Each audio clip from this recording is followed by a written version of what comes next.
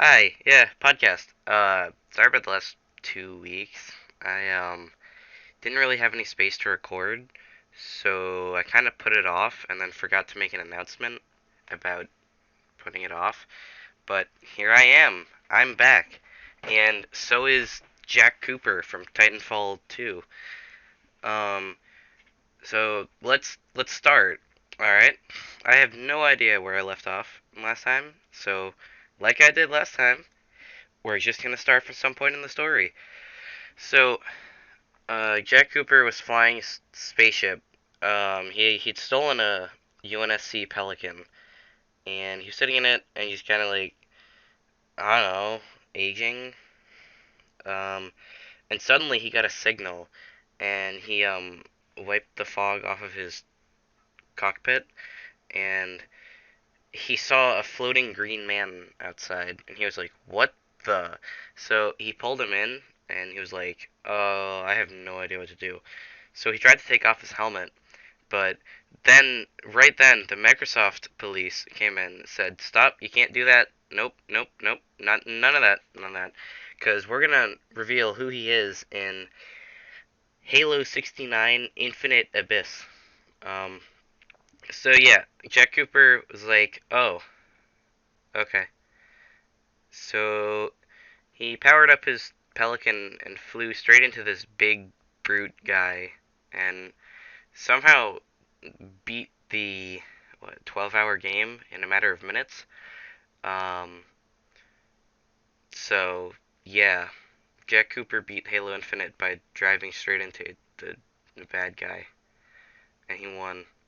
And the Halo ring's happy. It's gonna live happily ever after, just like the Green Man. Wait, shoot, I forgot. Yeah, the Green Man. So Microsoft Police. Yeah, so rewind. In the spaceship, Microsoft Police is like, "Yo, bro, you can't take off his helmet yet because we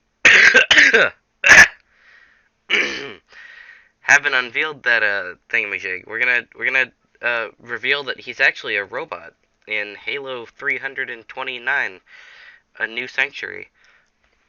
And they're like, "Oh," and they're like, "Yeah, sorry. If you try to take off his helmet, you'll get sent to the pit of things that we'll remember but don't actually remember, like fixing Halo MCC's co-op latency issues." Anyways, so Jack Cooper's like, "Yep, nope, I'm not gonna mess with Microsoft." So he flies out of this universe and he flies into the Lego Star Wars Complete Saga TCS, and he meets Obi-Wan, and he's like, "Hello there," and Obi-Wan's like, "Hello there," and they're like, "What?" Obi-Wan's like, "What?" And he pulls out his lightsaber, and Jack Cooper pulls out nothing because he didn't bring any weapons with him. So Obi-Wan cuts off Jack Cooper's head, and then Jack Cooper wakes up from a nightmare, because BT was actually playing Doom Eternal on nightmare mode. So when he fell asleep, he had a nightmare. Um, and then he woke up, and BT's still alive. None of that happened. He's still running around Titanfall 2 shooting things. Um, and suddenly a big barrel fell from outer space, and three little goblins crawled out of it.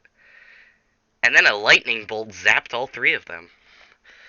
Um, so yeah, they're just gonna ignore that. And suddenly, this dude from First Encounter Assault Recon walks into the game and freezes time, and he punctures Jack Cooper, and he's like, "You didn't pay up. You owe me 69 banana coins, but you didn't pay up." And Jack Cooper's like, "What are banana coins?"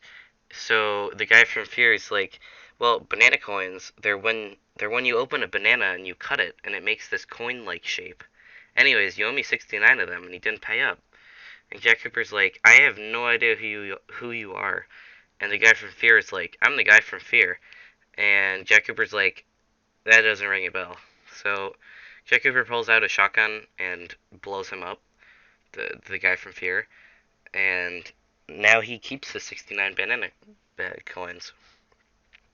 And then the robot from Ultra Kill V1 um, triggers the dating sim part of the game, and now Jack Cooper is dressed up in a schoolgirl uniform, and yeah, stuff happens. I don't actually remember what happened in that part of the game. Uh, and then Jack Cooper wakes up again, only to find out that BT was playing Gary's mod and was trying to animate uh, Jack Cooper wearing a schoolgirl. I don't know. He was doing something. So then the Doomslayer from Doom Eternal falls out of the sky. And no, not the Doomslayer from Fortnite. Two different things.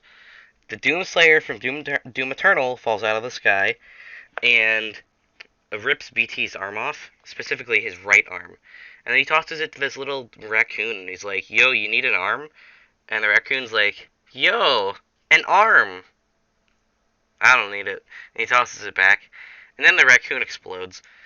Um, and then Virgil from Devil May Cry 5 appears out of nowhere, and he cuts the space-time continuum, sucking um, Virgil, Jack Cooper, and BT through a wormhole, and they appear in the Discord universe, which I have no idea why that exists. Anyways, so the Discord universe is made up of several planets that they call servers, and several moons that they call group chats. And by getting banned from a server, you basically get banned from the planet. And the police are the Nitro police. And if you have Nitro, you're regarded as a higher up. But um, because Nitro is one of those things where uh, it's I don't know. I haven't thought about it yet. It's for like people born into royalty in the Discord universe. So they're like only a select few people have Nitro, so they're regarded as like higher ups, and then everybody else is kind of like the anti Nitro. Anyway, so the attack of the animated emojis happens, and that was in the first age. So then after that, the Discord Nitro police are like, "Yo, we gotta do something." So the first in command of the evil forces is like, which is Wumpus. He's like, "I have an idea." So he goes to this volcano full of liquid um Discord code and forges a zero that actually looks like a ring, and engraved on the zero is in binary. It says 1 0 to update them all, and then with that, so Wumpus puts on the zero as a ring, and he's like, "I know what I'm gonna do. I now have power." And he's like, "I'm gonna invent a new font that gives everyone a headache." So he does that, and he implements it into the universe, and everyone dies. Anyways, so Jack Cooper, Virgil, and BT pop up into the universe that is now dead, and they're like, "Oi, this place is a bit quiet, eh?" And all the planets are shaped to look like the Discord icon. So they're like, "What the?" And they're like, "Please get us out of here." And Virgil's like, "Yep, let's do this. Yeah, let's go, let's go." So now, um, they've decided that Virgil is being added to the party. So instead of just Jack Cooper and BT, it's now Jack Cooper, Virgil, and BT. And they also decided they'd pick up Master Chief. Um, and maybe Buzz Lightyear. Maybe not. Buzz is a bit preoccupied fighting in Toy Story 7. He's fighting off the waves of mutant capitalists because they wanted to get the new Buzz Lightyear toy from the store, but the supply and demand the demand increased, so the supply dwindled. So they're like, have pay $1 million for a Buzz Lightyear toy. And Buzz is like, "Oh God, I can't go to these guys because I'm just gonna sit on a shelf for eternity, and then get sold it for at a higher price." And Okay, I'm gonna go on a different. I'm gonna go on a side rant. So if the toys are alive, you buy them. Isn't that selling people? Like, think about it. If Buzz Lightyear is well, in the movies, if he's actually like if he has a conscience, like if they're selling a ton of him, isn't that like kind of wrong? Anyways, so yeah, that's where I'm gonna leave us off for this episode. I hope you guys enjoyed watching, listening, hearing me speak for 10 minutes, almost 11 minutes. Um, I'll see you next week, probably, if I have space and remember to record. Okay, bye.